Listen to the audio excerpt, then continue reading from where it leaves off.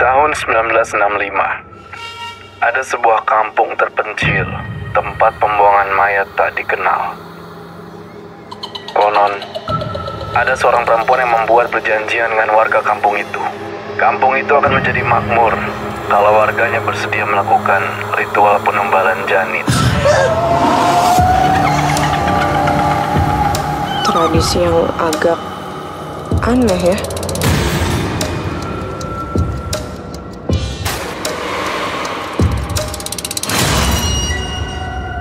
Kampung itu dikenal dengan sebutan Kampung Jabang Mayit. Beda sayang. Apa ini, Mbak? Tutup mata.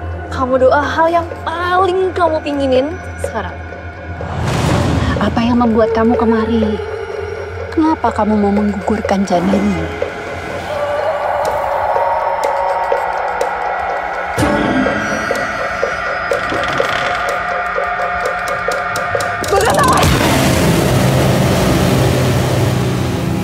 Yuk, desaku, Rangkas Puna, sudah lama ditinggalkan.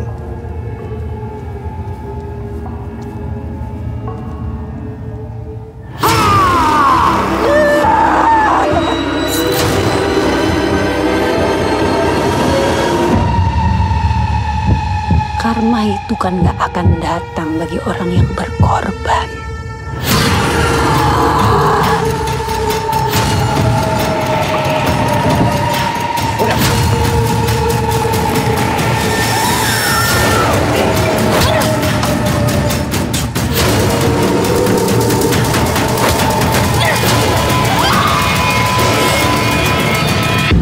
Desa ini terkutuk.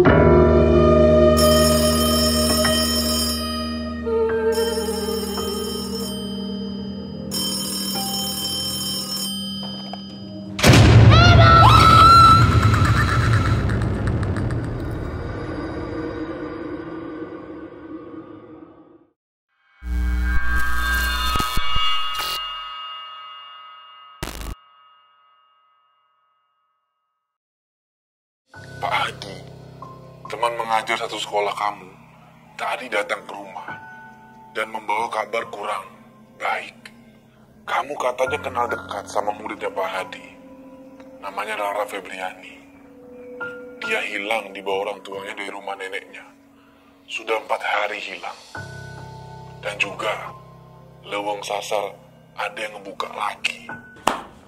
Ngedenger itu, Budi kaget banget. Tangannya langsung kayak, Budi udah merah tuh mukanya. Kelihatan marah banget dia. Pas ngedenger kabar tentang Leweng Sasar ini yang emang dia coba lupain tuh. Udah lama dia coba buat lupain. Ki Dudui bilang lagi. Gak cukup cuma kalian berdua. Kita butuh bantuan untuk menutupnya kembali. Dan mungkin ada kaitannya sama Rara yang hilang. Semoga kakek salah. Di sana, 1000 lelembut sudah menanti kalian.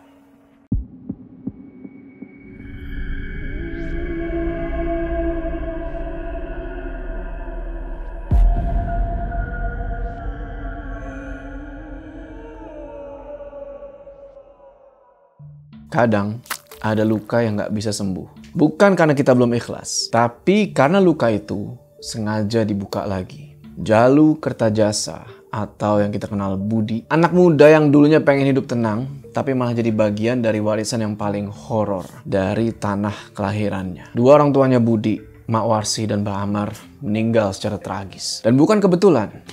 Ada harga yang harus dibayar lunas supaya Budi bisa lepas dari ikatan itu. Atau seenggaknya dia kira kayak begitu warga malam. Tapi ternyata emang semua itu belum selesai. Angin ngebawa kabar lagi sampai ke telinganya Budi. Gerbang Leweng Sasar dari kampung Wetan Tilas Jajah itu kebuka lagi. Dan yang bukain bukan manusia biasa. Katanya ada selendang sakti. Katanya lagi udah ada 1000 lelembut yang menghendaki semuanya itu diulang. Supaya manusia-manusia itu tersesat lagi. Supaya darah itu tumpah lagi. Budi yang tadinya udah mulai mencoba mengikhlaskan semuanya, melupakan semuanya, sekarang harus balik. Balik ke tanah kelahirannya, balik ke tempat paling berbahaya buat dia. Padahal Ki Dudui udah wanti-wanti.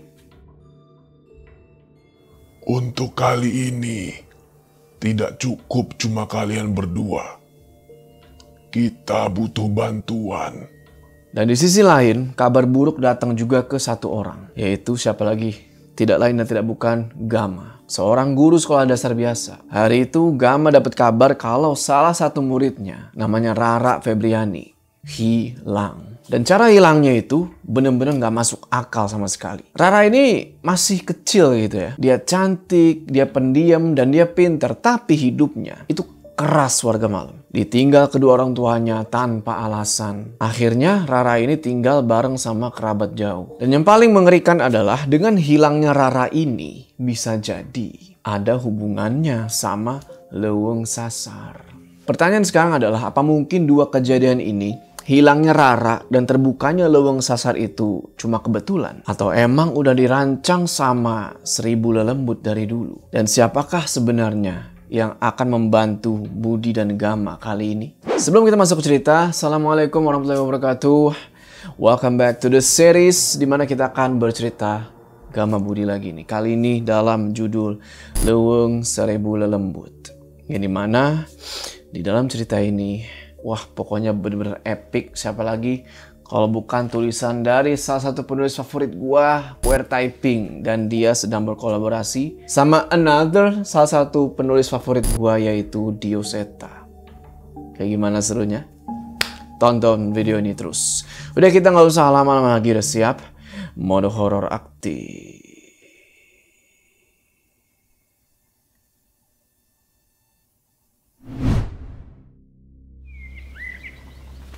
Hari itu matahari udah panas banget, dan di satu kampung kecil ada satu anak cewek yang lagi keliling jalan kaki itu bawa tampah rotan penuh gorengan. Anak ini namanya Rara. Rara ini bisa dibilang anak yang kurang mampu lah. Kerudungnya udah lusuh, nggak tahu kapan terakhir dia ganti kerudung. Sendal jepit udah mau copot, udah tipis banget. Dalam hati Rara cuma bisa berdoa, semoga dagangan gorengan di hari itu cepat habis, supaya dia bisa cepat pulang ke rumahnya. Nah, dari teras rumah di ujung gang itu, tiba-tiba si Rara ini dipanggil sama ibu-ibu. Ra, sini Ra. Nah, si ibu ini sebenarnya adalah ibu langganan bro, dia pelanggan setia. Kalau sekali beli itu banyak. Sebenarnya bukan karena doyan gorengan juga, tapi si ibu ini kasihan gitu loh sama Rara. Secara si ibu ini punya anak, dan anaknya itu seumuran Rara. Maaf Bu, seperti biasa ya.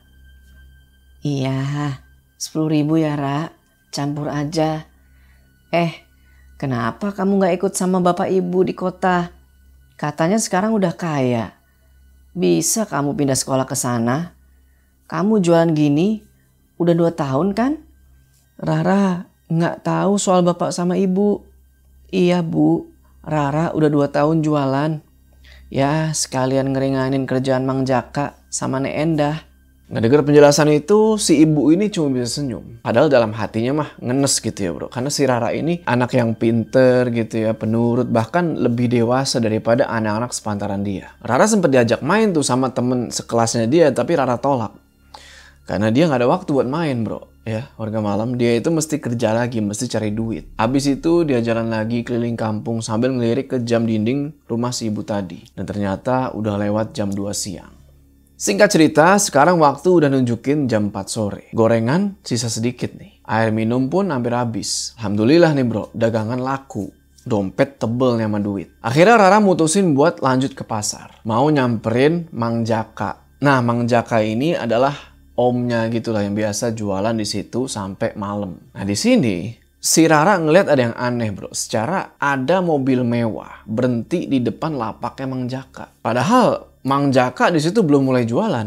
Nah Rara ngeliat Mang Jaka dari jauh tuh kelihatan ngobrol serius sama 2 orang dari mobil itu. Satu cewek cantik yang kelihatan lebih muda daripada Mang Jaka. Satu lagi cowok gempal berdiri gagah tuh di belakang dia. Nggak tahu apa yang mereka obrolin warga malam, tapi abis itu mereka, orang-orang itu, si perempuan sama si cowok gempal ini masuk lagi ke dalam mobil. Habis itu, pergilah nih mobil kan nggak tahu kemana. Rara pun nyamperin nih si Mang Jaka. Ditanya. Mang, tadi siapa? Ra, itu tadi orang mau beli aja. Padahal adonan belum siap. Kamu gimana? Laris dagangannya? Mobilnya bagus banget, Mang. Ibunya juga cantik banget. Di sini kayak ada yang aneh warga malam sama Mang Jaka. Dia pura-pura blow on aja nih kan. Dia diam aja tuh kan. Pura-pura fokus ngitung duit tuh. Duit hasil dagangannya Rara. Dalam hati Mang Jaka ini belum mau cerita. Karena dia belum siap buat ngasih tahu siapa dua orang itu sebenarnya. 4 tahun yang lalu, Mimin Kusuma Putri, adeknya Mang Jaka, ibunya Rara itu pergi dari rumah. Perginya nggak sendirian, bareng sama suaminya namanya Karta Mulyadi. Nggak pakai pamit, nggak pakai alasan, tahu-tahu cabut aja gitu udah warga malam. Dan hari itu 2 orang tadi balik tapi pakai mobil mewah. Udah tahu kan kalian siapa 2 orang ini? Orang tuanya Rara. Sejak istrinya Mang Jaka itu meninggal, Mang Jaka janji kalau dia bakal ngejagain Rara sekuat mungkin. Tapi tadi Rara lihat Mang Jaka kayaknya kesel ya sama 2 orang itu. Enggak juga, Ra. Salah lihat kali kamu. Padahal dalam hatinya Mang Jaka dia emang marah banget, tapi dia tahan. Karena lagi-lagi dia tahu kalau Rara ini belum siap buat tahu semuanya. Dan yang paling bikin Mang Jaka itu resah adalah kabar perubahan hidupnya Mimin dan Karta yang terlalu cepat, bro. Sampai saking janggalnya perubahan mereka itu jadi omongan satu kampung. Nah, selesai ngebantuin Mang Jaka nyiapin dagangan buat malam nanti, Rara pulang nih ke rumah. Tampah rotan yang tadinya isinya adalah gorengan, sekarang udah berganti tuh, bro. Jadi makanan buat makan malam dia sama Mak Endah tuh dikasih sama Mang Jaka. Uang hasil jualan hari itu sebagian dimasukin ke celengan. Harapannya ya nanti kalau naik kelas bisa beli seragam baru atau sepatu baru lah. Karena sepatu yang dipakai Rara itu udah jelek lah. Kadang kalau lagi panas itu kaki langsung nyentuh tanah, berasa banget. Tapi meskipun seragamnya lusuh, sepatunya robek-robek, tapi Rara ini nggak pernah ngeluh. Dia justru malah nyemangatin dirinya sendiri sambil nginget kata-kata guru favoritnya dia. Benar kata Pak Gama, pencipta itu adil. Punya waktunya sendiri buat ngasih bahagia. Rara begini juga bahagia. Rara harus bisa lebih bersyukur. Hari semakin sore, Rara makin cepet tuh langkahnya buat pulang ke rumah. Karena dia tahu kalau Mak Endah udah nungguin. Beberapa warga sempet papasan sama Rara dan mereka pun ramah sama Rara gitu loh. Disapa, senyum. Nah pas lagi jalan pulang gitu, nggak bisa dibohongin warga malam kalau Rara masih kepikiran nih sama 2 orang tadi yang naik mobil mewah. Dan pas dia sampai di ujung gang rumahnya, di sini dia berhenti. Di sini Rara langsung ngeh kalau mobil yang baru aja cabut dari halaman rumahnya Mak Endah ini, itu mobil yang sama yang tadi berhenti di lapaknya Mang Jaka. Persis mobilnya kayak yang Rara lihat di pasar tadi. Jendelanya gelap, semuanya ketutup rapet. Rara yakin banget. Di sisi lain, selain mobil itu warga malam, Rara ngerasa janggal nih sama rumah. Kenapa? Biasanya Mak Endah itu selalu nungguin di teras. Udah standby tuh nungguin di teras. Tapi kali ini Mak Endah nggak ada. Dan lampu teras juga masih mati. Kemana nih orang? Akhirnya Rara langsung aja tuh nyelonong masuk ke dalam rumah. Assalamualaikum gitu kan. Tapi nggak ada jawaban. Tampah dia taruh di lantai, dia selingak-selinguk tuh kan. Karena dalam rumah itu gelap ternyata. Udah masuk waktu maghrib, tapi rumah itu kayak nggak ada orang. Teriaklah si Rara kan, Nek, ini Rara pulang. Tapi lagi-lagi nggak ada jawaban. Yang dia dengar justru ada suara nangis dari arah kamarnya Nek Endah. Dan yang bikin bulu kuduk makin merinding adalah dari arah dapur itu kelihatan bayangan. Kayak ada sosok. Dan sosoknya itu bukan cuma satu, lebih dari satu. Bayangannya itu bergerak samar-samar. Kayak nunggu momen nih buat muncul, entah mau ngagetin si Rara atau apa. Ada orang selain nenek. Udahlah, Rara hirauin dulu soal bayangan-bayangan itu. Dia masuk ke dalam kamar Nek Endah. Dan disinilah dia ngeliat Nek Endah, bro. Dengan kondisi yang aneh. Udah duduk nyender lemes di ujung kasur. Mukanya pucet, matanya nangis. Tangannya nempel di dada tuh kayak nahan nafas. Apa jangan-jangan nenek jantungan apa gimana gitu kan? Nenek kenapa? Rara, Untung kamu baru datang. Barusan siapa, Nek? Rara lihat ada mobil mundur dari halaman. Mobil baru, Nek. Sebentar. Rara ambilin air minum ya.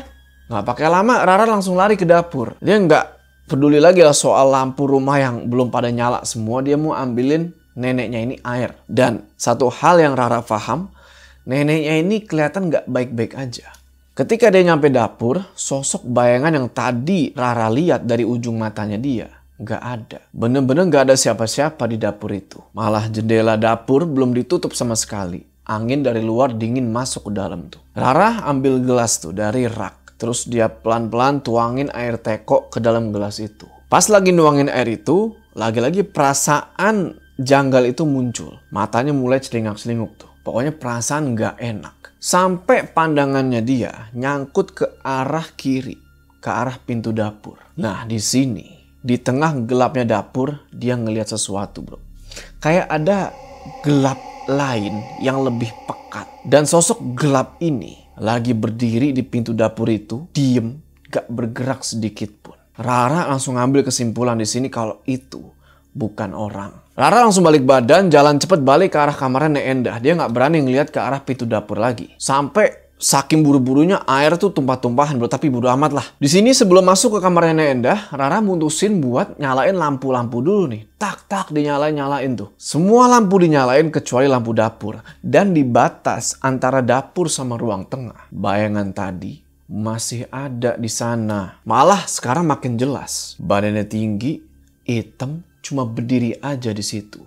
Rambutnya panjang, ngejuntai ke tanah. Enggak warga malam, ini bukan Budi bro. Rambutnya Budi nggak sepanjang itu. Nah sosok ini badannya nggak pakai baju.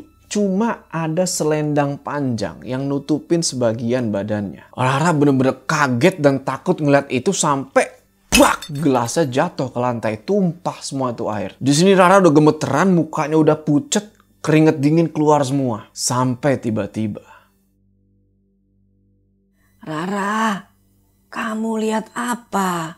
Si nenek sekarang udah berdiri di belakangnya dia. Dan si nenek pun heran. Kok cucunya kenapa tiba-tiba ketakutan begini? Tandanya warga malam si nenek nggak lihat sosok itu. Yang jadi pertanyaan adalah, apakah yang Rara lihat itu hantu atau manusia? Lapak gorengan Mang Jaka malam itu rame kayak biasanya. Udah tuh tampah penuh gorengan, udah rapi semuanya disusun. Mang Jaka lagi sibuk nih ngelayanin para pembeli. Mang Jaka ini bisa dibilang adalah seorang pedagang yang ramah gitu ya. Setiap pembeli disenyumin sama dia dan orang seneng gitu beli dari Mang Jaka. Tapi malam ini Mang Jaka kelihatan beda. Dia sih ya tetap berusaha buat ramah tapi beda bro. Dia ini kayak nggak fokus. Dari tadi pikirannya tuh kemana-mana. Hatinya was-was terutama soal Rara. Pas lagi puyeng kayak begitu, nggak fokus, tiba-tiba ada yang manggil. Jaka! Jaka! Weh, kenapa Jan? Kalau mau gorengan ambil aja. Ma Endah Jak, barusan saya lewat depan rumah. Beliau kelihatan panik. Katanya Rara sakit. Saya disuruh cepet-cepet kasih tahu kamu. Hah? Rara tadi sore masih datang ke sini kok. Sehat-sehat aja. Masa tiba-tiba sakit? Tadi sore, saya juga lihat Mimin datang. Bareng suaminya. Pakai mobil bagus. Rupanya kabar orang-orang benar ya. Dia sudah kaya sekarang. Jan, tolong jaga lapak ini sebentar ya. Kalau udah habis, tutup. Bawa barangnya ke rumah. Oh, Jan agak bingung di situ, tapi dia nurut aja lah. Sementara itu si Jaka langsung cabut buru-buru. Dia tinggalin pasar. Malam makin gelap tuh warga malam dan si Jaka ini makin was-was apalagi dapat laporan dari si Ojan tadi kalau Rara sakit. Apa jangan-jangan ada hubungannya sama kedatangan Mimin tadi tuh. Untungnya jarak pasar ke rumah itu nggak terlalu jauh. Begitu sampai depan halaman rumah, Jaka langsung berhenti. Kenapa dia nggak langsung masuk? Karena Jaka ini ngeliat ada sosok perempuan tua jalan pelan-pelan dari arah kebun tetangga. Rambutnya beruban, putih panjang terurai. Itu nggak lain dan nggak bukan Nek Endah. Tapi yang bikin Mang Jaka heran adalah biasanya Nek Endah ini selalu pakai penutup kepala, entah kerudung, entah Yang orang tua suka pakai itu kayak semacam ciput gitu ya. Tapi yang jadi pertanyaan, apa benar itu Nek Endah? Atau siapa? Karena ini samar-samar bro. Nah buat mastiin, Jaka buru-buru tuh jalan ke belakang rumah. Dia terus coba buat buka pintu dapur, tapi pintu dapur itu masih dikunci. Dia nengok ke sekitaran halaman, masih gelap. Di sini, Jaka mulai berasa merinding. Akhirnya dia ketok-ketok lah tuh pintu kan. Nenek. Jaka ketok tuh pintunya lumayan keras kan, tapi nggak ada jawaban dari dalam. Akhirnya si Jaka coba buat ngintip dari celah pintu. Dan dia ngelihat kayak ada sosok mendekat dari dalam dapur. Nggak tahu ini siapa, tapi dia kira itu neneknya. Si Jaka teriak lah, "Nek, buka pintunya, ini Jaka." Dan jawaban dari balik pintu itu bikin merinding bro. Tunggu sebentar. Jaka di situ langsung diem. Dia ngedenger jelas suara itu, tapi itu bukan suaranya Nek Endah warga malam. Suaranya itu beda, suaranya itu berat dan serak. Jaka langsung mundur dari pintu itu. Sampai tiba-tiba. Jaka, kirain siapa tadi? Tunggu. Lama banget, Nek. Dari mana sih barusan? Saya dari tadi di kamar Rara, Jaka. Gak kemana-mana. Si Jaka langsung diem di sini. Dia liatin tuh si Nek Endah dari kepala sampai kaki. Palanya masih pakai kerudung. Rambut putihnya nggak kelihatan bro. Terus yang jadi pertanyaan adalah, sosok yang tadi dia lihat nenek-nenek nggak pakai penutup kepala beruban itu siapa? Ya udah, si Mang Jaka masuk ke dalam rumah. Dia tutup lagi tuh pintu dapur. Krek. Tapi rasa nggak enak itu masih belum hilang. Dan bener aja, Mang Jaka ini nggak sadar kalau dari balik pintu dapur yang ditutup, ada satu sosok besar tinggi lagi berdiri. Rambutnya panjang dan senyumnya itu lebar banget. Pokoknya ngeri. Dari dalam kamar, Rara ngedenger obrolannya Nek Endah sama Mang Jaka tuh di luar. Dan di sini Rara tahu sekarang siapa dua orang tadi yang di pasar, yang cewek cantik sama laki-laki gempal yang naik mobil mewah. Yang dimana Rara sekarang udah tahu kalau mereka itu adalah orang tuanya. Tapi sekarang di posisi Rara yang masih berbaring di kasur kamar sendirian, di depan dia udah ada sosok hitam pekat, tinggi banget, nggak pakai baju, cuma diselimutin kain hitam panjang. Rara ini pengen teriak, tapi badan tuh kayak kunci, mulut kayak kekunci, gak bisa gerak, nafas susah. Terus sosok hitam ini nunduk, rambutnya panjang banget nyeret ke lantai. Dia makin ngedeket, terus sampai kepalanya itu tepat di samping kuping Rara. Dan sosok ini ngebisikin sesuatu. Ayo, ikut dengan ibu. Ibu datang untuk menjemput kamu, Ra. Si Rara udah gemeteran setengah mati, tapi dia nggak bisa ngelawan. Dia cuma bisa ngelihat sosok ini yang makin deket, makin jelas, dan mukanya mirip banget sama ibunya, yaitu Bu Mimin. Rara sadar nak. Si Rara melotot di situ, matanya cuma kosong aja. Badannya masih tergeletak di kasur. Dia cuma natap kosong aja tuh, kayak ngelirik ke Nek Endah ataupun ke Mang Jaka aja enggak sama sekali. Kenapa jadi begini, Mak? Tadi saya lihat ada yang masuk dari arah dapur. Siapa, Jak? Siapa yang masuk? Si Jaka langsung lari tuh ke dapur, tapi nggak ada siapa-siapa. Nah, di sini Rara pelan-pelan mulai merem lagi, kayak ibaratnya tuh energinya habis ketarik. Akhirnya si Mang Jaka balik lagi, terus dia bilang kalau Rara ini mesti dibawa, bro. Dia mesti diperiksa. Kayaknya si Rara ini emang sakit. Nek Endah pun setuju. Dan beliau pun mikir kalau Rara itu kemungkinan besar begitu karena kedatangan ibu sama bapaknya tadi. Sementara itu si Mang Jaka pikiran udah kemana-mana tuh. Dalam hati dia nanya, sebenarnya apa yang udah dilakuin sama Mimin dan kenapa dia mesti balik lagi ke rumah itu. Habis itu Mak Endah atau Nek Endah tiduran tuh di samping Rara.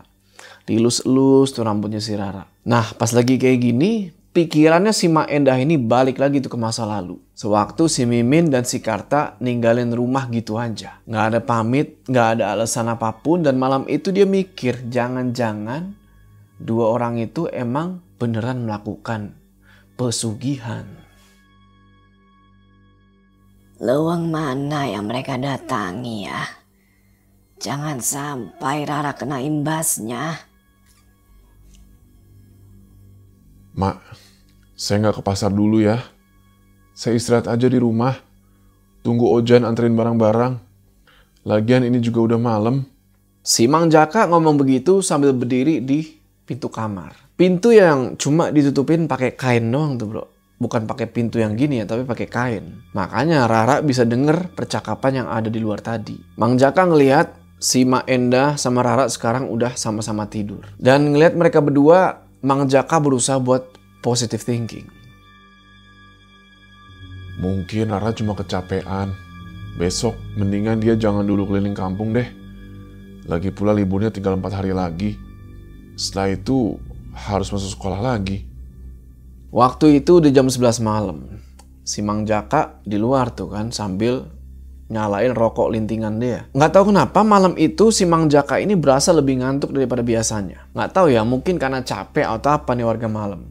Pokoknya kayak ada yang bikin lemes aja dari dalam gitu loh. Bener aja, makin lama ngerokok kok makin ngantuk. Sampai tek akhirnya tuh tidur dia, palanya di atas meja. Sampai tiba-tiba masih kayak sedikit sadar gitu, samar-samar dia ngeliat itu kok si Rara keluar kamar, jalan pelan gitu, tapi aneh. Rara pakai selendang hitam panjang, selendang yang nggak pernah si Rara pakai sebelumnya. Mang Jaka masih dalam posisi kayak samar-samar gitu ya. Dia ngelihat si Rara ini mulutnya kayak bergerak, kayak ngomong sesuatu, tapi nggak ada suaranya. Sambil tangannya itu nunjuk ke arah dapur. Dan di sana Mang Jaka ngelihat lagi, itu ada tangan hitam yang kayak lambai-lambai pelan, kayak manggil. Tapi tangan ini serem banget bro, bukan kayak tangan manusia. Kukunya panjang, hitam-hitam, tajem-tajem. Mang Jaka berusaha banget buat bangun tuh, tapi badannya berat banget. Dia coba bangun, palanya itu tapi bener-bener gak kuat. Dan si Rara terus tuh jalan-jalan pelan ke arah dapur. Dan di sana udah nungguin perempuan tinggi, rambutnya panjang, badannya warnanya hitam legam, gak pakai baju. Selendang yang tadi ada di badannya dia sekarang udah pindah ke badannya Rara. Ayo kita main Rara. Ada tempat bermain yang sudah menunggu. Ibu akan temani kamu. Jangan kembali ke rumah ini. Tempatmu bukan di sini. Si Rara cuma ngangguk aja tuh kan, muka udah pucat banget. Mang Jaka masih dalam posisi setengah melek gitu. Gak bisa bangun tapi dia ngeliat semuanya. Dia ngeliat Rara meluk sosok itu. Yang entah kenapa sosok ini senyum, dan senyumnya itu mirip banget sama Mimin, ibunya Rara. Tapi senyum ini bukan senyuman yang ramah bisa dibilang warga malam. Lebih ke senyum yang nyeremin. Terus tangan sosok perempuan ini ngelus-ngelus rambutnya Rara gitu kan. Tapi bukan elusan hangat gitu ya. Bukan elusan buat nenangin. Lebih kayak elusan buat kena lu sekarang. Dan pelan-pelan pintu dapur itu kebuka sendiri. Angin dingin masuk dari luar. Kain yang buat pintu kamar itu gerak-gerak. Tapi tetap baik itu Mak Endah ataupun Mang Jaka, mereka nggak ada yang bisa bangun. Ibaratnya kalau kalian ingat di cerita Sekutu atau apa gitu ya, kena sirep. Nah kalau dari sudut pandangnya si Ojan, temannya si Mang Jaka yang gantiin dia dagang di pasar itu. Nah malam itu juga si Ojan kelar nutup warung datang nih ke rumahnya Mang Jaka. Kaget dia ngelihat pintu dapur Mang Jaka udah kebuka. Tumben, biasanya pintu dapur itu selalu ketutup rapet. Apalagi kalau malam. Ya udah teriak-teriak lah si Ojan kan, sambil di pundak dia bawa sisa barang-barang dagangan tuh. Panggil-panggilin, Jaka, Mak Endah, ini saya Ojan. Tapi tetap gak ada jawaban apa-apa. Ojan masih berdiri di ambang pintu dapur nih. Dia ngelihat ke dalam tuh, ngelihat ke sekeliling. Di sini Ojan mulai ngerasain ada yang beda. Hidungnya mulai nyium sesuatu warga malam. Pokoknya bau yang gak enak, nyengat. Dia lihatlah ke lantai dapur. Yang waktu itu lantainya belum lantai keramik ya, tapi lantai dari tanah. Dan waktu itu agak lembab. Di situ Ojan ngeliat. Di lantai tanah itu udah berserakan serbuk kemenyan hitam. Itu banyak banget. Tapi yang bikin ngeri, kemenyan itu kayak abis dibakar. Baunya itu wah kayak nyekek gak wajar. Ojan teriak-teriak lagi ya, manggilin si Jaka. Jaka. Akhirnya karena masih gak ada jawaban, si Ojan masuk aja lah tuh. Gak pakai banyak mikir. Dia teriak-teriak lagi, Jaka. Nah di ruang tengah, dia ngeliat si Jaka lagi duduk di kursi dekat meja, tidur. Akhirnya dibangunin sama si Ojan nih. Jak, bangun. Tepokin tuh pundaknya berkali-kali, digamparin. Pak, bangun Jak. Baru setelah itu si Jaka mulai melek. Dengan ya muka masih loading gitu lah bro. Muka setengah sadar. Jan, kok kamu bisa masuk? Pintu dapur kan tadi saya kunci. Kunci dari mana? Pintu itu kebuka lebar. Dan saya lihat sendiri, ada serbuk kemenyan banyak di lantai dapur. Bau banget kayak gitu. Masa kamu gak cium? Rara? Si Jaka langsung sadar satu hal. Dia keinget kalau dia ngeliat Rara keluar dari dapur itu, dibawa sama sosok perempuan itu. Wah panik bro. Si Jaka langsung lari tuh ke kamar. Bener aja, di kasur si Rara udah gak ada warga malam. Cuma ada Mak Endah tuh yang masih tidur. Akhirnya si Mang Jaka bangunin juga lah Mak Endah nih. Nek, bangun Nek. Rara gak ada Nek. Gak pakai lama si Mak Endah langsung bangun. Dia buka mata, dia ngeliat ke samping, bener. Cucunya udah gak ada. Akhirnya si Mak Endah bangun dan mereka bertiga balik lagi nih ke dapur. Ojan bilang, tadi saya sampai depan dapur. Dan pintu emang udah kebuka. Mungkin Rara masih belum jauh, Jak. Di sini Mak Endah jongkok, tangannya nyolek satu potongan kecil dari serbuk hitam itu. Di situ Mak Endah kayak yang paham sesuatu. Soalnya dia kayak ngeliatin terus kayak ngangguk-ngangguk gitu. Di situ Mang Jaka udah bener-bener panik. Dia takut banget kalau Rara ini diculik atau apa. Akhirnya diajak si Ojan lah. Ayo Jan, ikut saya kita cari Rara. Ojan langsung nurut. Tapi Mak Endah masih berdiri aja di situ, masih lemes. Masih ngeliatin serpihan dari kemenyan hitam itu. Dan Mak Endah tahu kalau ini bukan kemenyan biasa. Dan ini juga bukan bau dari ritual orang yang iseng bro. Ini adalah bau-bau perjanjian. Jadi gini, 4 tahun lalu, 2 orang pernah duduk di rumah itu. Ninggalin anak, bawa luka, bawa amarah. Yaitu si Mimin sama Karta tuh pergi ya kan. Dan malam ini tanda-tanda itu balik lagi. Pesugihan yang dulu cuma jadi omongan ternyata emang beneran.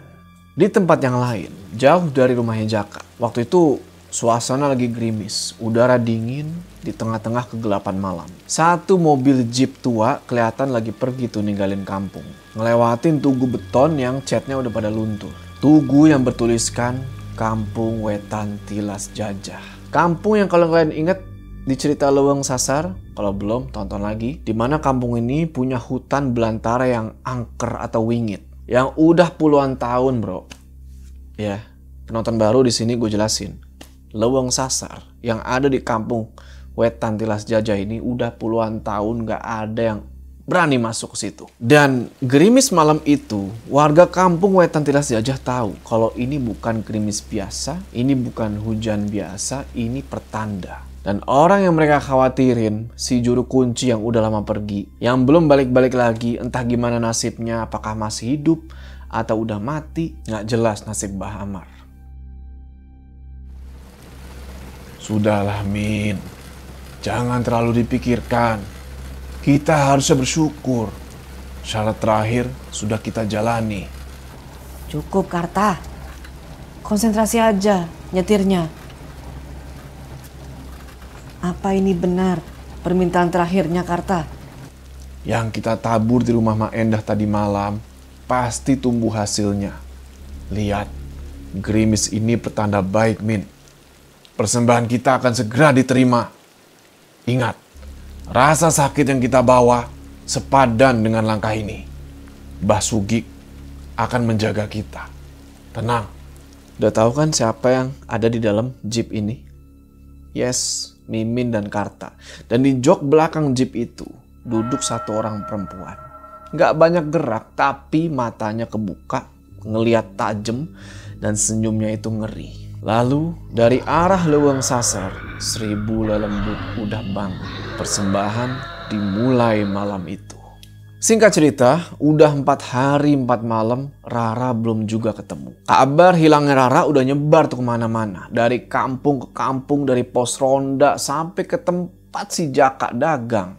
Udah disebar semua tuh. Mang Jaka sendiri pun tiap hari muter. Nanya ke siapa aja tuh. Soal mungkin mereka tahu di mana Rara. Dari 5 titik pos ronda yang si Mang Jaka tanyain, gak ada satupun yang ngaku kalau mereka ngelihat Rara lewat. Bener-bener gak ada petunjuk. Orang kelurahan, sesepuh kampung, semua mulai ikut nyari. Tapi belum ada hasil.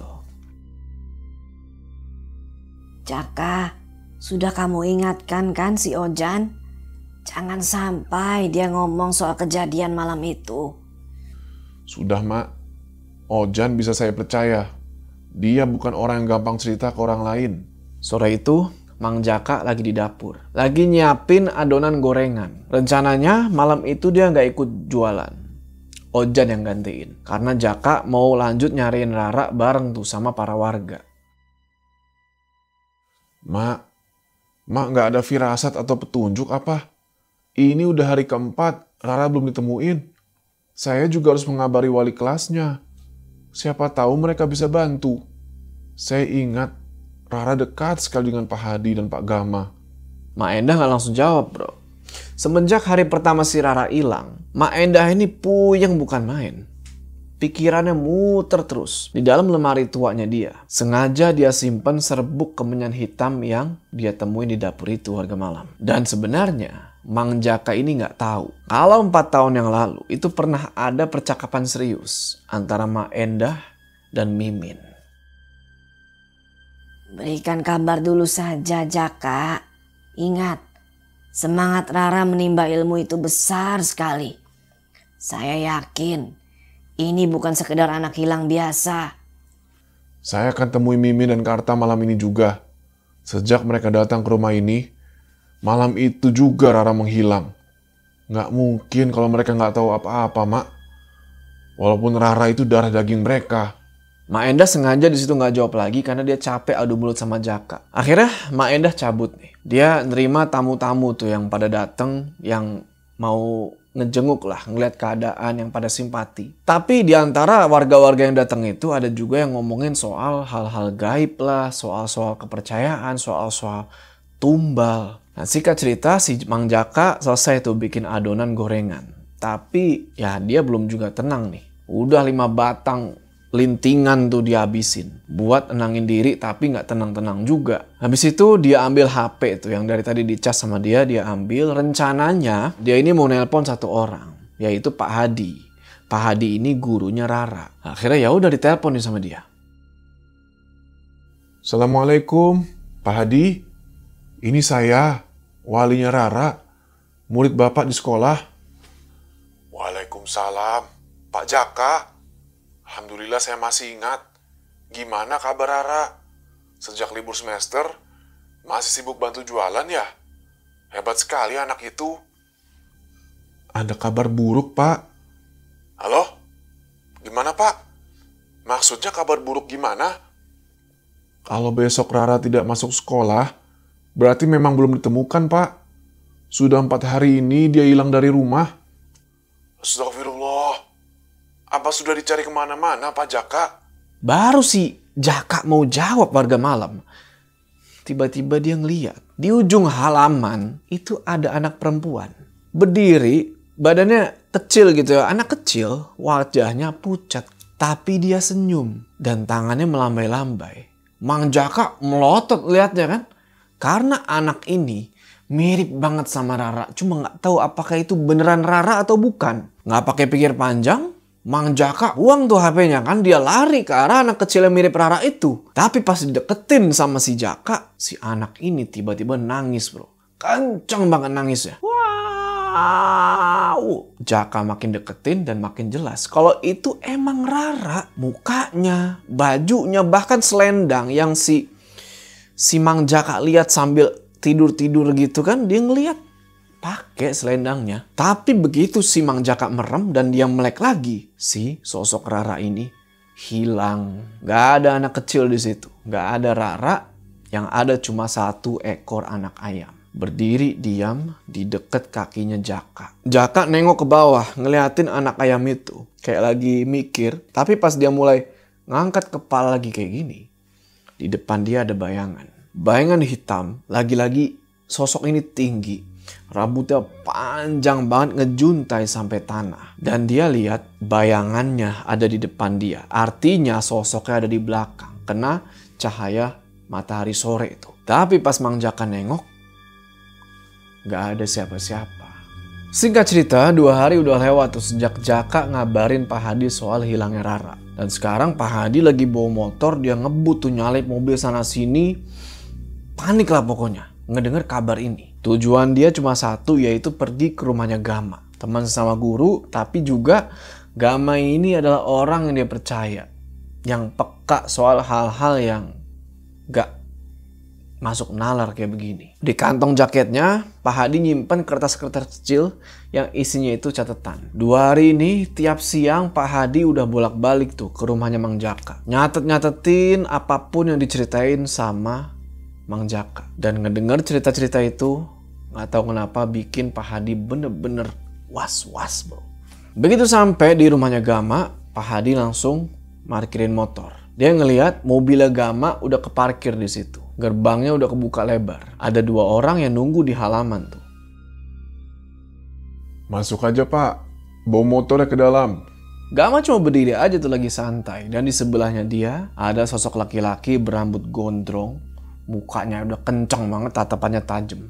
You know lah siapa, tulis di kolom komentar. Orang ini bukan tipe yang gampang senyum. Beda banget sama Gama. Maaf Gam, saya sebenarnya gak mau kabar ini cepat-cepat nyampe ke kamu. Tapi saya dengar dari kakek Duduy, kamu baru pulang dari luar kota. Gak apa-apa Pak, langsung aja. Saya juga kaget waktu dengar kabar soal Rara. Tidak ada tanda penculikan, tidak ada bekas kejahatan kriminal. Tapi malam itu Rara yang lagi sakit tiba-tiba hilang gitu aja. Dan sore sebelumnya kedua orang tuanya baru datang. Apa benar soal orang tuanya Rara yang katanya mendadak kaya raya itu? Benar Gam. Tapi ngomong Pak. Bud, si Gama ngedengar si Budi ngegas begini bro langsung ditengok sama dia kan. Bud, karena Gama tahu banget lah isi kepala temennya ini. Karena buat Budi, kampung kelahirannya itu bukan cuma tempat biasa. Itu tanah yang penuh dengan luka lah bisa dibilang. Dan sekarang ada yang buka lagi gerbang lama itu. Ibu dan bapaknya Rara katanya melakukan cara lain. Cara yang tidak wajar. Ada kabar mereka pergi ke arah barat. Ke sebuah leuweung. Pak Hadi terus ngeluarin kertas kecil dari kantongnya. Dan di situ ada alamat rumah orang tuanya Rara. Dia kasihin tuh ke si Gama. Tapi Gama belum sempet baca isinya. Dia langsung berdiri. Dia jalan tuh ke arah Budi yang lagi duduk ngerokok. dengar saya Bud. Di luar sana ada seorang nenek dan pamannya yang lagi menunggu cucunya pulang. Anak itu ditinggalkan hidup-hidup sama orang tuanya sendiri. Kamu tahu rasanya ditinggal. Dulu kamu kehilangan abah sama emak waktu kecil. Tapi anak ini, dia lebih dari sekedar butuh. Dia butuh kita. Baik Gam, ucapan Ki Duduy, Mang Idim dan kamu sudah cukup. Saya paham. Pertama, pastikan dulu keberadaan anak itu. Setelah itu, kita baru urus leuweung sasar. Tapi ingat, jangan pernah datang ke sana sendiri. Orang tuanya Rara ada kaitannya sama pergerakan ini. Ikhtiar Mang Idim dan Ki Duduy juga mengarah ke situ. Jadi pastikan semuanya Bud. Paham? Kita bereskan semuanya. Apapun yang terjadi di Leuweung Sasar, kita hadapi. Kalau benar itu 1000 lelembut seperti kata Ki Dudui dan Mang Idim, percayalah, bantuan pasti datang. Kita nggak sendiri. Gama kasih kertas isi alamat itu ke si Budi. Budi di situ tangannya gemeteran, bro. Nggak, bukan tremor atau apa, gemeteran, tapi bukan karena takut juga. Tapi karena dia tahu kalau kampung Wetan Tilas Jajah itu ada sesuatu yang lagi bangkit. Dan sekali api itu nyala, nggak bakal dengan mudah dipadamkan begitu aja. Di situ Gama nepok pundaknya Budi beberapa kali, lembut tapi dalam tuh tepokan. Dan dari sorot matanya Gama dia tahu kalau Budi ini udah siap. Sejak pulang dari kampung Jabang Mayit, rasa pengen balik ke tanah kelahirannya itu emang udah lama mengganjal. Gama bilang ke Budi, Kabari saya secepatnya. Malam ini atau paling lambat besok. Tentang Rara. Budi cuma ngangguk, abis itu dia naikin motornya. Dia gas tuh, dia cabut dari situ. Tujuan dia cuma satu tempat, alamat rumah orang tuanya Rara. Setelah itu, Gama akhirnya ngobrol 4 mata tuh sama Pak Hadi. Mereka bikin rencana, biar besok kabar soal Rara ini nggak makin nyebar ke sekolah. Padahal sebenarnya ya udah sulit juga gitu, soalnya beberapa teman sekelasnya Rara, anak-anak sekampung udah mulai ngedengar desas-desus. Setidaknya Pak Hadi jaga supaya kabar ini tetap terkendali. Guru-guru juga jangan tahu kalau Bapak sudah berjumpa dengan saya ya. Tolong sekali. Pak Hadi langsung ngangguk di situ, dia paham betul maksudnya Gama gimana. Dan malam itu dia pamit pulang, soalnya besok pagi mesti ngajar lagi di sekolah.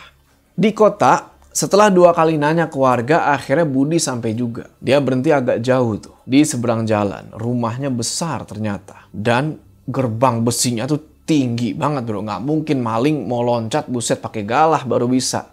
Rumah orang tuanya Rara nih. Nah baru dia matiin mesin motor. Ada laki-laki nih turun dari motor lain. Jalan masuk pelan lewatin gerbang. Budi liatin aja tuh ini orang kan. Masuk dia liatin. Budi bisa nebak kalau ini bukan orang tuanya Rara. Entahlah apakah itu mamangnya si Rara atau siapa. Abis si laki-laki itu masuk, pintu gerbang nutup sendiri. Dan begitu pintu gerbang yang nutup, muncul sosok bro di balik pintu gerbang itu. Sosok yang bikin Budi aja merinding. Sosok hitam tinggi yang Budi udah belasan tahun gak pernah lihat. Ingetan Budi soal kampung Wetan Tilas Jajah yang selama ini dia coba lupain, gara-gara ngelihat sosok itu keinget lagi. Bahaya. Ini bukan cuma kebuka. Sosok dari Leuweung Sasar udah keluar. Dan yang lebih ngeri lagi, sosok hitam ini diliatin sama Budi. Nah, dia ngeliatin balik ke arah Budi. Matanya merah, tajam menyala kayak bara api. Tapi Budi nggak panik di sini. Budi mana ada panik. Dia tahu sosok ini cuma penjaga. Kalau belum nyerang, artinya masih bisa dikendaliin. Masih penjaga. Harusnya belum terlalu bahaya. Tapi kenapa dia bisa ada di luar leuweung? Di situ Budi sadar kalau dia belum bisa ngelakuin apa-apa sekarang. Dan dia juga nggak mau menarik perhatian sosok itu lebih lagi. Maaf Gam, saya cuma memastikan. Saya nggak akan masuk ke kampung itu. Habis itu si Budi muter balik. Kepalanya masih berat tapi niatnya makin jelas. Karena malam itu dia udah lihat sendiri sosok dari leuweung itu udah keluar, yang artinya gerbang itu udah dibuka. Budi naikin lagi motornya, dia gas tuh melaju ke arah barat. Badannya jadi panas tuh bro. Panas karena rasa penasaran yang makin membara. Dia tahu tempat yang dia tuju itu bukan tempat biasa. Leuweung Sasar bro. Dan lebih dari itu kampungnya sendiri. Gak lama Budi sampai di satu titik, dia matiin motornya. Dia dorong ke arah pepohonan besar, dia taruh di sela-sela batang kayak disembunyiin gitulah. Habis itu dia berdiri lagi, dia ngeliat ke depan. Di depan dia sekarang udah ada jembatan gede, udah ada sungai dan banyak pohon. Begitu ngeliat pemandangan itu, kematian abahnya, kematian maknya langsung keingetan lagi semua. Ada yang aneh. Ini pertanda. Jelas sekali. Dia perhatiin sekeliling tuh kan. Dia ngelihat rumput-rumput tinggi di samping jembatan. Basah. Kayak abis diguyur gerimis. Padahal itu musim kemarau. Dan di kepala Budi terngiang-ngiang lagi tuh warga malam. Suara si Abah. Mbah Amar. Harus kamu ingat baik-baik, Jalu. Semua pertanda yang Abah kasih suatu saat akan membawa kamu kembali ke Leuweung Sasar. Benar. Sosok hitam di rumah orang tua Rara bukan halusinasi. Apa yang mereka lakukan di tempat ini? Tempat yang lama sudah aku tinggalkan. Posisi Budi sekarang lagi berdiri di bawah pohon besar deket gapura masuk kampung Wetan Tilas Jajah. Matanya lurus tuh ngeliat ke arah Leuweung, tapi tiba-tiba buyar. Gara-gara dia nggak dengar ada suara motor. Bukan motor biasa, suaranya beda. Lebih berat, lebih serak lah bisa dibilang. Nah, bener aja. Dari kejauhan dia ngeliat Vespa, bro. Ada Vespa tua nih. Jalan. Nah, yang ngendarain nggak sadar kalau ada Budi di situ. Dia cuma lewat gitu aja. Tapi ngeliat si pengendara itu, si Budi langsung merinding. Karena si pengendara ini pakai sarung lusuh yang nyangkut di bahunya tuh. Di sini Budi langsung, gak mungkin.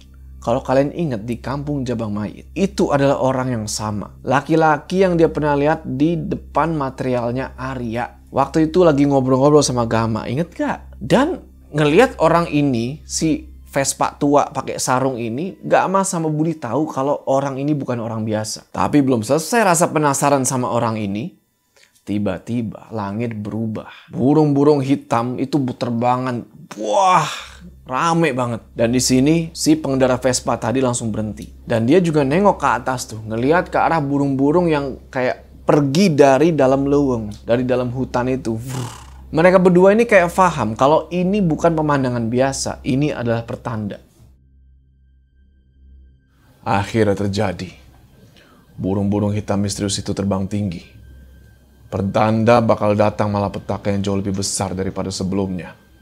Si Budi dadanya udah deg-degan setengah mati warga malam. Tapi bukan karena takut, lebih karena burung-burung itu seolah menyambut dia. Nyambut kedatangan orang yang dari dulu hilang. Orang yang dulu pernah jadi pemegang kunci. Dan di antara kegelapan, angin dan bayang-bayang Leuweung, Budi baru sadar satu hal. Pengendara Vespa itu juga ngerasain hal yang sama. Artinya benar kalau dia ini bukan orang biasa. Ditambah, kenapa Budi yakin kalau ini orang bukan orang biasa? Karena si laki-laki pengendara Vespa ini bisa ngelihat burung penjaga Leuweung itu. Yang nggak semua orang bisa lihat warga malam. Nggak lama, pengendara Vespa itu jalan lagi. Sampai menjauh tuh. Tapi burung-burung hitam itu masih terbang. Dan sekarang malah muter-muter aja tuh tepat di atas Leuweung. Nggak kemana-mana, kayak lagi ngejagain sesuatu. Dan pas Budi ngelihat lebih jauh, si Vespa itu malah belok masuk ke gapura kampung Wetan Tilas Jajah. Jangan-jangan dia yang menghendaki. Dia juga bisa lihat pertanda itu. Siapa sih dia?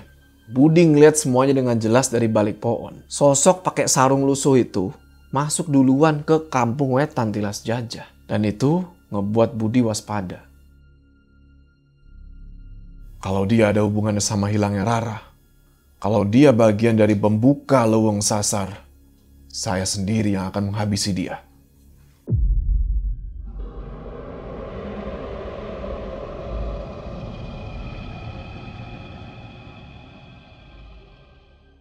Di sisi lain, ruang tamu rumah orang tuanya Rara itu mewah banget. Lampunya kristal semua, sekali nyala. Barang-barangnya mahal, tapi suasananya itu agak dingin, gak nyaman. Mang Jaka duduk di salah satu sudut. Dia gelisah tuh. Dia tembakau lintingannya udah habis tuh, dia sedot berkali-kali. Asbak di depan dia udah penuh tuh sama abu sama puntung. Dari tadi matanya jelalatan tuh ngelihat ke sana kemari. Bukan cuma karena isi rumahnya yang mencolok, tapi juga ada yang ganjil. Dia ngerasa ada yang ngawasin di situ. Tapi ini nggak ada wujudnya. Nah pas lagi kayak gitu, lagi ngerasain momen-momen gitu, tiba-tiba. Maaf Kang Jaka, Ibu sama Bapak nggak bisa diganggu malam ini. Katanya nanti aja sekalian mau main ke rumah Mak Endah. Ingin ngomong langsung sama Kang Jaka. Sebentar aja Dang, ini penting. Tadi saya juga udah bilang kayak gitu Kang, tapi maaf. Saya cuma kerja di sini, Saya nggak bisa maksa. Saya cuma ngikutin perintah. Bilang ke Mimin sama Karta, Rara udah 4 hari hilang. Dan sekarang udah masuk hari kelima. Nggak perlu mereka datang ke rumah Mak Endah. Kalau ternyata hilangnya Rara karena mereka.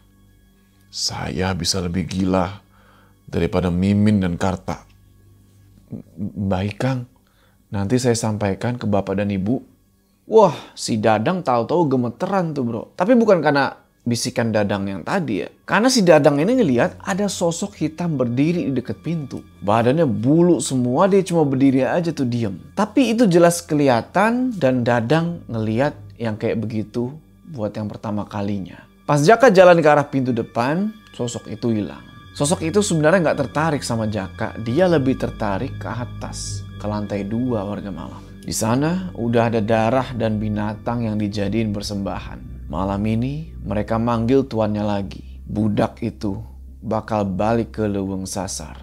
Di luar rumah, Jaka nungguin balesan tuh dari Ojan. Dia SMS suruh jemput. Nah sambil nunggu, dia jalan pelan tuh di sepanjang pagar rumahnya Mimin. Pagarnya emang tinggi, tapi Jaka masih bisa ngelihat ke lantai 2 rumah itu. Nah pas lagi merhatiin gitu sambil jalan pelan-pelan, tek ngeliatin, tiba-tiba dia berhenti tuh. Bukan karena apa-apa, tapi dia ngeliat di jendela paling ujung lantai 2 ada anak perempuan berdiri. Pakai selendang, nutupin rambutnya semua, tapi mukanya jelas kelihatan. Jaka langsung, Rara. 5 malam, Jaka belum ngeliat Rara sama sekali. Sekarang tiba-tiba dia ngeliat Rara ada di rumah itu. Dan terakhir si Jaka lihat, si Rara emang pakai selendang itu warga malam. Sampai akhirnya, tin, ada klakson. Pas si Jaka nengok, ternyata itu adalah Kang Jaka, udah malam. Ada kabar penting dari kampung. Jaka masih bengong aja tuh kan. Gak sadar kalau Ojan udah nyampe. Dan pas dia nengok lagi ke arah jendela tadi, si Rara udah gak ada. Tapi ini udah ketiga kalinya dia ngeliat sosok itu. Dan setiap kali muncul, rasanya makin kuat, makin nyata. Setelah si Jaka sadar kalau Ojan udah nyampe dan nungguin dia tuh di atas motor, si Jaka langsung nanya. Jan, ayo pulang Kang. Ada kabar penting di kampung. Ada kabar apa sih Jan? Sesepuh kampung lihat pertanda. Katanya Rara ke arah Kulon. Tapi Mak Endah barusan pingsan Kang. Ayo cepet pulang. Abis dengerin omongannya si Ojan, si Jaka langsung naik ke atas motor tua yang si Ojan bawa. Jaka mulai bingung tuh setengah mati. Perasaan tadi pas berangkat, Mak Endah tuh masih sehat-sehat aja. Tapi sekarang kok kayak pertanda mau datang malapetaka yang dahsyat warga malam. Sementara itu, di dalam rumah gede mewah itu, 2 orang lagi nunggu. Siapa lagi kalau bukan Mimin dan Karta. Dan malam itu mereka nggak cuma nunggu tamu, tapi nunggu hasil dari perjanjian. Min, harusnya Jaka tidak kembali ke rumahnya. Sudah benar. Dia yang harusnya lebih dulu mati. Dia sudah berani datang ke rumah ini. Shh, diam Karta. Jangan banyak ngomong. Kita hanya mengikuti perintah. Jangan gegabah. Saya cuma nggak mau terjadi masalah, Min. Untuk pengorbanan yang sudah kita lakukan selama ini. Di situ si Karta ngomong sambil megang pergelangannya bro. Dan ternyata di pergelangannya itu udah ada bekas sayatan. Tapi udah kering lukanya. Cuma itu menjadi tanda kalau mungkin inilah syarat dari perjanjian itu. Tenang saja, mereka pasti datang. Darah di tangan kamu sudah ada di dalam wadah. Lagian, kabar Rara hilang sudah menyebar di kampung. Kita tinggal rapikan cerita kalau ada yang tanya. Paham? Mereka ngomong gitu sambil berdiri di balik satu pintu kamar yang kekunci rapat. Yang dimana di ruangan itu semua sesajen udah siap. Kembang, kemenyan, darah, ayam hitam. Semuanya udah siap, tinggal nunggu satu lagi. Itu dia, Min. Datang. Tiba-tiba, ini lantai keramik rumah itu bergetar sebentar bro. Kayak ada yang nginjek, orangnya tuh gede, berat. Terus ayam hitam yang menjadi sesajen di dalam kamar itu awalnya berisik sebentar, terus tiba-tiba diam. Dan kedengeran suara dari dalam ruangan itu. Diterima dengan baik. Mimin sama Karta langsung ngangguk dan mereka mulai nyium bau amis. Itu tandanya persembahan mereka malam itu udah diterima. Karta ngeliat jam di tangan tuh. Ternyata udah lumayan malam. Dan di kepala dia masih terngiang-ngiang satu kalimat. Kalau kau berani kasih darah, dia akan kasih kemudahan. Bro. Jadi ini warga malam ini gak kayak minta ke Tuhan ya.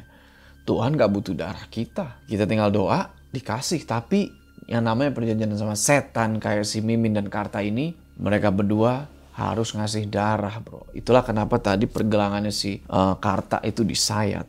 Gak lama suara langkah yang berat tadi itu balik lagi. Bruh, bruh, bruh. Mimin buru-buru nyalain korek api. Terus dia nyalain lilin yang tadi udah siap tuh di depan dia. Karta maju, tangannya nyentuh gagang pintu, dia buka. Kret. Dia lihat isi ruangan itu, ayam udah pada mati. Tergeletak di deket wadah rotan. Kembang-kembang udah berserakan kemana-mana. Darah yang dari lengan Karta tadi itu udah muncrat kemana-mana. Kayak abis ada pesta bro di kamar itu. Tapi dari semua pemandangan itu, ada yang bikin mereka senyum. Di lantai, deket kemenyan hitam, ada satu kertas kosong, tapi tertulis angka dari darah. Ya pada intinya, isi kertas yang bertuliskan darah itu menjelaskan kalau Rara sudah diterima. Taulah artinya apa warga malam kan? Mereka langsung paham di situ dan langkah selanjutnya udah jelas. Mereka harus balik ke Leuweung. Sempurnakan semuanya, dapetin apa yang mereka mau dari awal.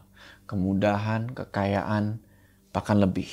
Habis itu Mimin ngajak suaminya ini keluar. Sambil di tangannya dia itu dia megangin fotonya Rara yang udah kena cipratan darah tuh bro. Dadang baru mau nyampe ini, baru aja mau ngasih tahu pesannya Jaka. Tapi dia malah ngeliat Mimin sama Karta keluar buru-buru dari kamar. Sambil ngebawa kertas yang bertuliskan pakai darah itu. Dadang langsung panik tuh.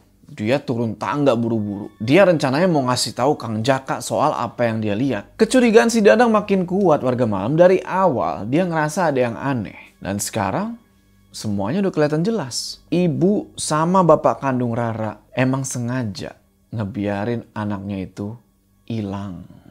Singkat cerita, besok paginya dari balik rumah kayu Mang Idim. Ya, kita sekarang pindah ke Mang Idim. Ayam jago baru aja tuh berkokok tuh, kukuruyuk. Di ruang depan, Budi lagi ngerjain satu hal yang udah dia biasain tiap malam. Duduk bersila di atas sejadah sambil nunggu jawaban. Persis kayak Mang Idim. Gak lama, di posisi dia bersila sambil merem itu, dia ngebuka mata. Habis itu dia gulung sejadah, dia berdiri, dia ngerasa ada orang yang datang. Dan ternyata yang datang itu adalah Indra, anak kandung Mbah Idim yang datang ngebawain kopi. Warga malam masih pada ingat gak sama Indra? Budi nanya. Mbah Idim belum juga pulang, Dra. Terakhir, katanya mau ke rumah Ki Dudui. Bisa jadi mampir ke rumah Gama juga. Tapi tadi malam, Abah titip pesan. Budi jangan pergi sebelum saya pulang. Abah sudah cemas sejak kamu berangkat, Bud. Indra ikut duduk di situ. Dan mereka berdua diam-diaman lumayan lama tuh. Sampai tiba-tiba si Budi ngebuka obrolan lain. Dra, gimana Bud? Apa yang bisa saya bantu? Temui Gama pagi ini di sekolah. Sekalian kamu ke pasar. Bilang ke dia, Rara bukan hilang. Saya yakin dia ada di Leuweung Sasar. Dan mungkin yang menghendaki itu orang tuanya sendiri. Satu lagi, saya lihat lelaki bersarung lusuh naik Vespa masuk ke kampung Wetan Tilas Jajah. Siapa laki-laki itu, Bud? Di situ Indra mulai ngerasa aneh, mulai merinding tuh ketika ngedengar Budi nyebut dua nama itu, Leuweung Sasar sama kampung Wetan Tilas Jajah. Budi nggak langsung ngejawab Indra, dia diam lumayan lama, terus dia nepak pundaknya si Indra berkali-kali tuh sambil bilang kayak gini. Sisain setengah rotanmu, Saya mau dagang ke pasar yang berbeda. Tapi kamu, sampaikan dulu pesanku ke Gama. Segera. Dan jangan tanya apa-apa dulu, Indra. Indra di sini gak bisa bantah warga malam. Budi jarang banget ngomong dengan nada kayak gini. Dan kalau Budi udah ngomong dengan nada kayak begini, artinya ini serius banget. Emang ada sesuatu yang besar. Setelah ngobrol sama Budi, pagi itu Indra sibuk nyiapin rotan tuh buat dagang. Satu-satu ditaruh tuh di atas satu motor tua. Budi, dia lagi duduk di kursi depan. Gak banyak gerak, gak banyak omong. Bud, saya berangkat dulu. Semua barang kamu udah siap. Berangkat saja duluan. Jangan lupa mampir ke sekolah Gama. Sampaikan pesanku tadi. Indra cuma ngangguk di situ, habis itu dia jalanin motornya ninggalin halaman. Budi masih diem di tempat yang sama, tapi pikirannya udah jauh nih bro. Dalam hati dia bilang, ini bukan cuma soal Rara. Ki Dudui betul. Ini bukan urusanku dan Gama aja. Siapapun yang mengacak-ngacak tanah kelahiranku, mereka harus balik ke tanah. Indra masih ngendarain motornya tuh kan. Nah di tengah jalan dia ketemu sama Mbah Idim yang lagi jalan bareng sama Ki Dudui. Dan di situ Indra langsung nyampein semuanya. Tentang Budi yang lagi bengong, tentang pesannya Budi buat Gama, dan soal rasa gak enak yang dari tadi si Indra ini rasain. Sementara di rumah, si Budi tuh mondar-mandir beresin rumah sambil nunggu Mbah Idim pulang. Tapi baru juga dia mau duduk, kedengeran nih motornya Mang Idim datang. Keren. Yang dimana Mang Idim ini lagi ngeboncengin Ki Dudui. Ki Dudui langsung masuk ke dalam rumah dan ngucapin salam tuh. Assalamualaikum. Waalaikumsalam. Kek, Bah. Kek, laki-laki bersarung lusuh yang naik Vespa itu semalam masuk ke kampung Wetan Tilas Jajah. Sudah, tenang dulu. Duduk. Ada yang harus kamu tahu. Ini bukan urusan biasa, Bud. Bisa mati sia-sia kalau kamu hanya mengikuti emosi. Kakek sama Mang Idim semalam mengelilingi Leuweung Sasar. Di dalam sana, tidak ada yang peduli lagi dengan pemegang kunci lama. 1000 lelembut itu hanya menunggu tumbal-tumbal. Dan salah satunya, ya dari orang tua Rara, termasuk anak-anak lain, Bud. Maksudnya kek, saya belum paham betul. Mereka sudah terlalu kuat, Bud. Yang menculik Rara itu bukan wewe gombel biasa. Jumlah lelembut sekarang jauh lebih banyak dari waktu kamu dibawa keluar kampung dulu. Kalau kamu dan Gama nekat masuk sekarang, bakal ketahuan. Bahkan murid-muridnya Kilang Samanaja belum tentu selamat kalau nekat masuk. Yang kita pikirkan itu bukan cuma keselamatan Rara, tapi juga seluruh kampung. Dan soal keluarga Rara, cepat atau lambat, nenek dan mamangnya akan kena akibat dari anak kandung mereka sendiri. Ingat, Bud, aturan lama kita. Banyak nyawa yang harus diselamatkan. Kek, Mang, izinkan saya cari tahu apa yang terjadi di kampung itu. Saya tahu satu orang yang bisa saya temui. Nggak perlu sampai masuk ke Wetan Tilas Jajah atau Leuweung Sasar. Seseorang yang dipercaya Abah Amar dan Nik Warsih sewaktu mereka masih hidup. Kalau begitu, pergi. Selesaikan hari ini juga. Semoga dia masih hidup setelah puluhan tahun. Di situ si Budi langsung berdiri, dia jalan ke arah motor. Sedangkan Mang Idim tetap duduk di tempat. Mang Idim tahu siapa yang Budi ini mau temui dan jujur aja dia cemas bukan soal perjalanannya. Tapi beliau takut kalau itu malah justru ngebuka luka lama. Soal kematian ibu dan bapaknya Budi. Takut Budi ini hilang kendali. Makanya sebelum pergi, Mang Idim kasih satu barang. HP. Supaya Budi bisa komunikasi sama Gama kapan aja. Oke lah kan, baru aja si Budi mau OTW nih. Tiba-tiba Ki Dudui nyamperin lagi si Budi. Kayak ada yang belum selesai diomongin. Bud, Ya kek, Mereka yang dari tengah pulau Jawa mungkin sudah sampai. Tempat asalnya para Karuhun yang leluhurnya punya lelakon sama seperti Kilang Samana. Jangan takut, bantuan itu sudah datang. Kakek bisa merasakan. Termasuk laki-laki itu, kek. Entahlah, tapi firasat orang tua jarang meleset. Pastikan tujuanmu hari ini berhasil. Anyaman rotan itu bukan hanya untuk menyamar. Malam ini Gama akan datang. Dia lagi mengurus soal Rara di sekolah. Kamu yang bawa kabar dari kampung dan leuweung itu. Biar Gama dengar langsung dari kamu.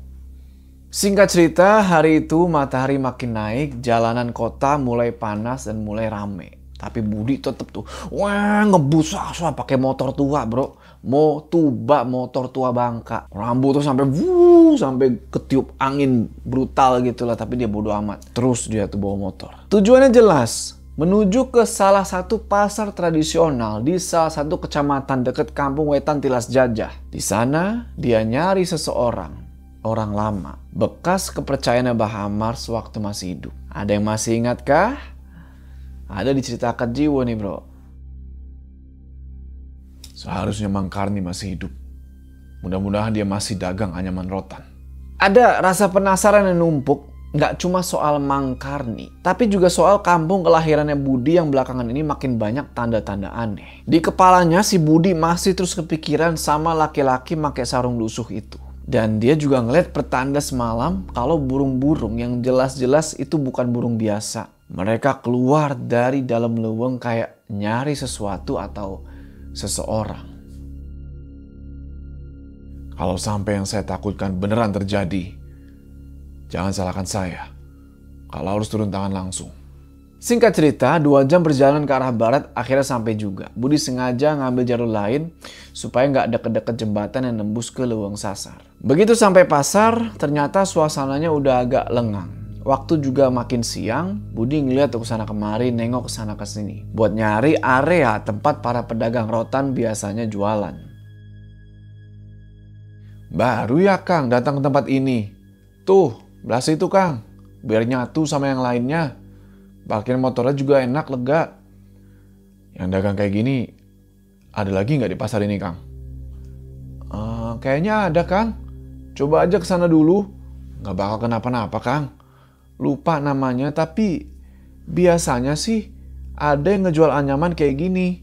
Ya udah, Budi nurut aja nih sama ini Kang parkir.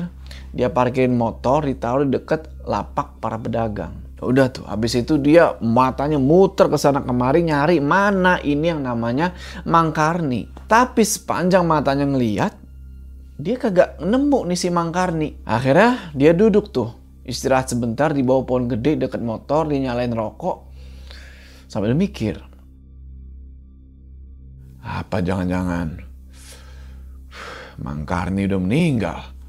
2 jam. Tuh bro, Budi cuma duduk sambil sebat, sesekali ada yang beli anyaman rotan dari lapaknya dia. Untungnya, dia udah familiar soal rotan gitu loh. Dari dulu, sewaktu masih tinggal bareng Mbah Amar sama Niwarsih, dia udah paham lah. Jadi nggak terlalu kaku kalau disuruh dagang rotan. Budi lihat jam dan ternyata udah nunjuk waktu jam istirahat sekolah. Dia langsung ngambil HP-nya karena dia tahu kalau Gama pasti udah bisa dihubungin nih warga malam. Cari kontaknya Gama, dapet telepon lah kan. Tut, kok kagak diangkat-angkat. Tut, cekak. Diangkat bro. Assalamualaikum Gam. Pesan dari Indra, apa sudah sampai? Waalaikumsalam. Sudah Bud. Sekolah lagi kacau. Belum ada petunjuk soal Rara. Tapi pesan Indra sudah jelas. Malam ini saya ke rumah Mang Idim. Kondisi maknya Rara buruk. Ada sesuatu yang menimpa dia. Sejak Jaka pergi ke rumah orang tuanya Rara. Yang aku lihat semalam berarti benar itu. Jaka. Aku lagi nyari Mang Karni. Mudah-mudahan masih hidup. Aku mau tahu kondisi kampung. Lalu Bud, Belum selesai Gama nanya, Budi mendadak diem tuh. Pandangannya tiba-tiba kekunci ke satu titik. Laki-laki tua baru turun dari motor bawa rotan banyak sama persis kayak yang lagi dia jual hari itu. Si Gama sampai bingung nih. Kenapa nih Budi tiba-tiba diem kan? Halo Bud, halo, halo. Si Budi langsung matiin telepon bro. Cek.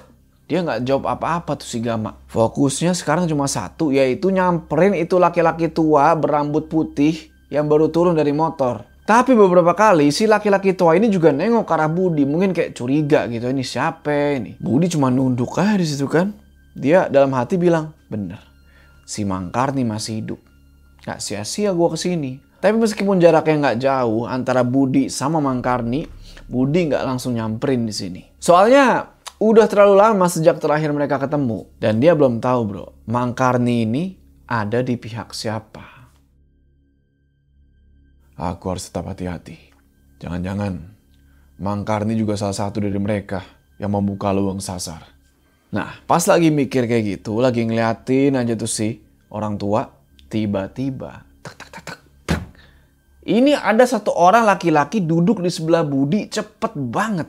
Sambil nyalain korek. Budi yang kaget, tangannya langsung pergi ke belakang punggung itu bro. Mau ngambil pisau. Dan ternyata yang barusan duduk di sebelahnya itu si Mangkarni kayak langsung nyamperin Budi gitu tadi. Terus duduk di sebelah dia nyalain korek. Mangkarni bilang,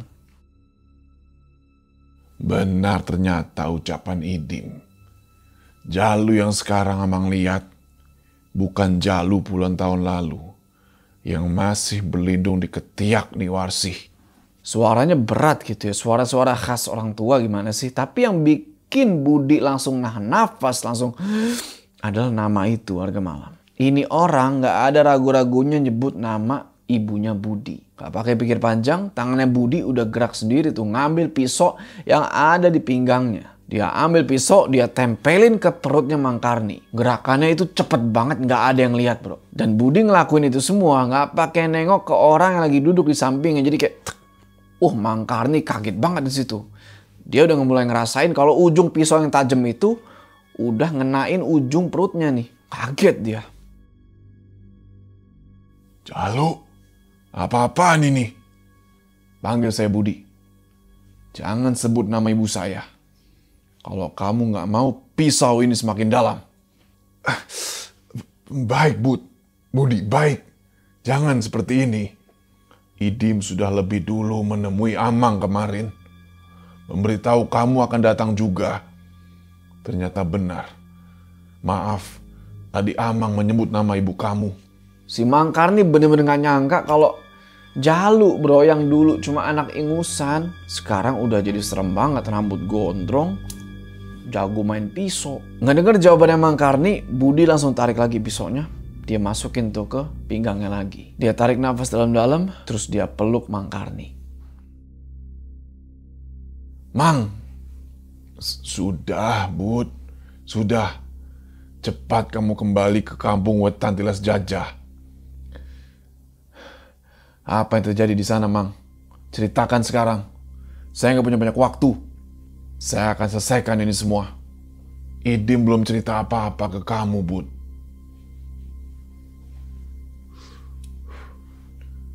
Entah dari mana Amang harus mulai. Tapi yang paling penting, dari arah rumah kamu dulu, gerbang gaib itu sekarang sudah berganti nama. Warga kampung menyebutnya gerbang tumbal. Gerbang yang dikehendaki 1000 lelembut. Gerbang yang dulu dijaga sama abah kamu, sekarang sudah hancur. Tidak dijaga siapa-siapa lagi. Dan kalau boleh Amang jujur, mungkin tinggal menunggu bulan sebelum petaka datang ke kampung ini. Sekarang ada yang bisa masuk ke lubang sasar dengan gampang. Ritual sesat sudah dimulai lagi. Dan sekarang tumbalnya anak-anak. Anak-anak kecil yang tidak tahu apa-apa. Gerbang tumbal itu makin lebar, Bud.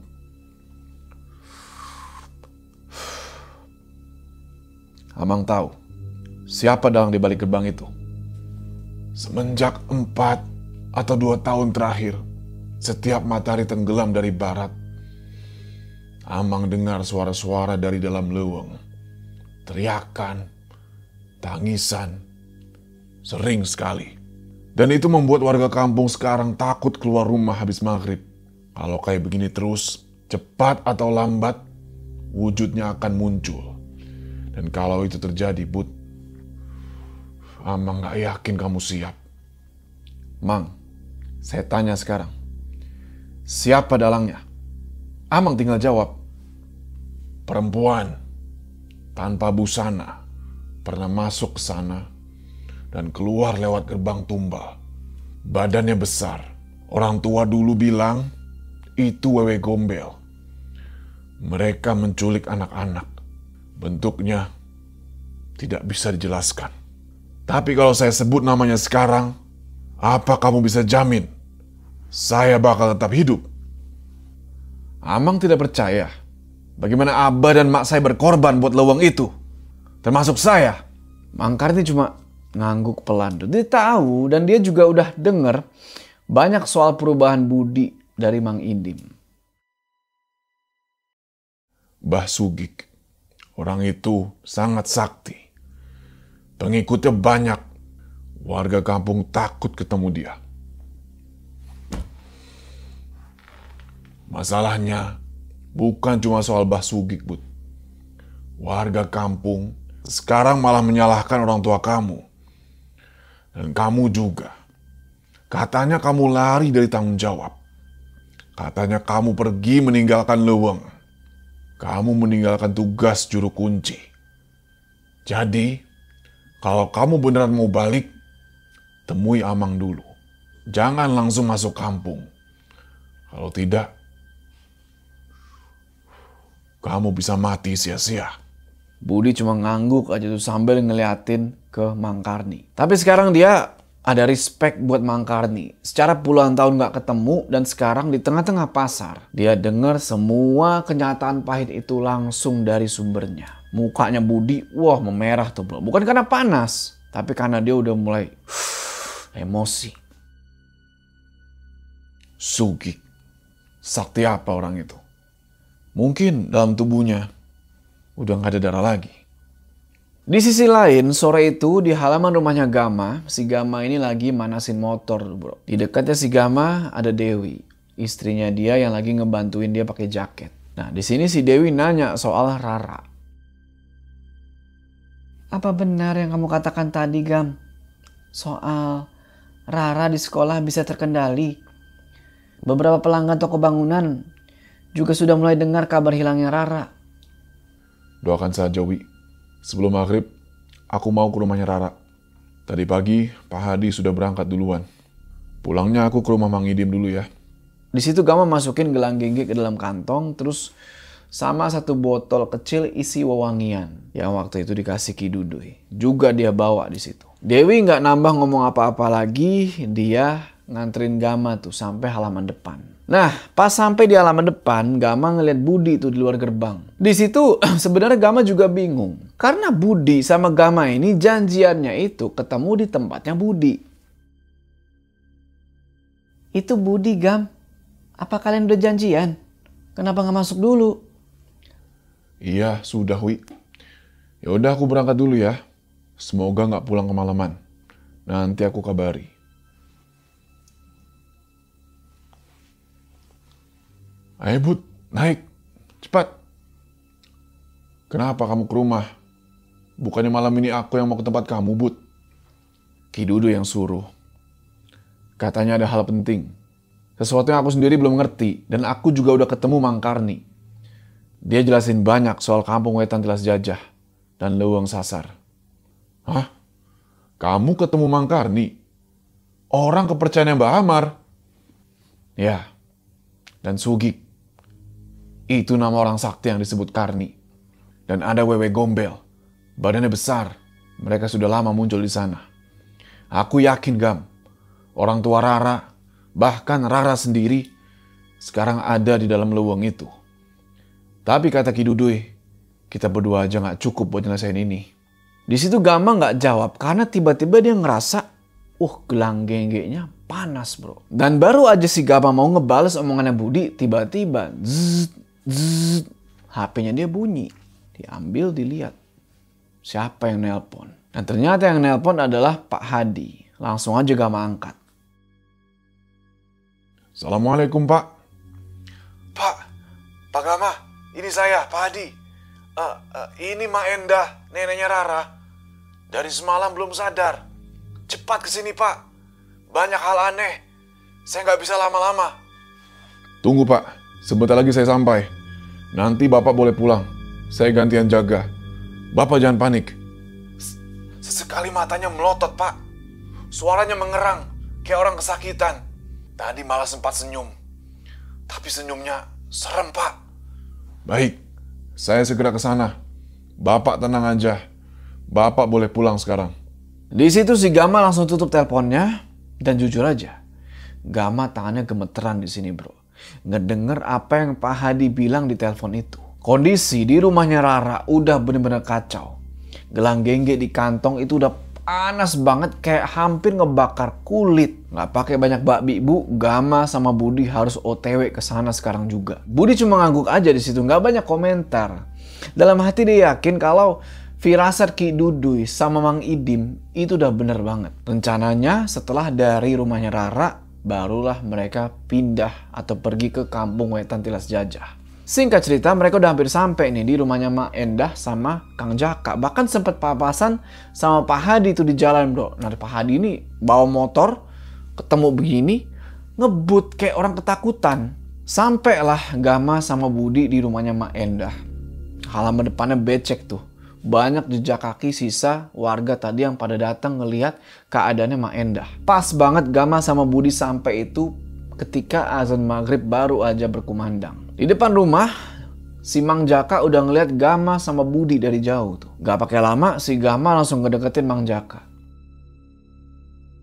Pak Gama. Assalamualaikum Mang. Maaf saya baru bisa datang. Ini saudara saya, Budi. Waalaikumsalam Pak, nggak apa-apa. Barusan Pak Hadi juga udah kasih kabar soal perkembangan pencarian Rara dari pihak sekolah dan pihak berwajib. Setelah itu Gama sama Budi masuk ke rumah ngikutin langkahnya si Jaka. Budi yang pertama kali ngelihat Mang Jaka, di situ dia langsung keinget soal yang malam itu dia lihat. Dan ini ngebuktiin satu hal warga malam, kalau malam itu yang dia lihat emang bener si Jaka, mamangnya Rara, yang datang ke rumah orang tuanya Rara tuh. Ingat nggak yang masuk ke gerbang Budi ngeliatin dari jauh. Pas masuk ke dalam, Gama sama Budi duduk, Mang Jaka sempet nawarin kopi tuh. Dia pergi ke dapur. Nah pas si Jaka ini lagi ke belakang, lagi ke dapur, Budi ngomong ke Gama nih sambil bisik-bisik. Benar itu dia Gam.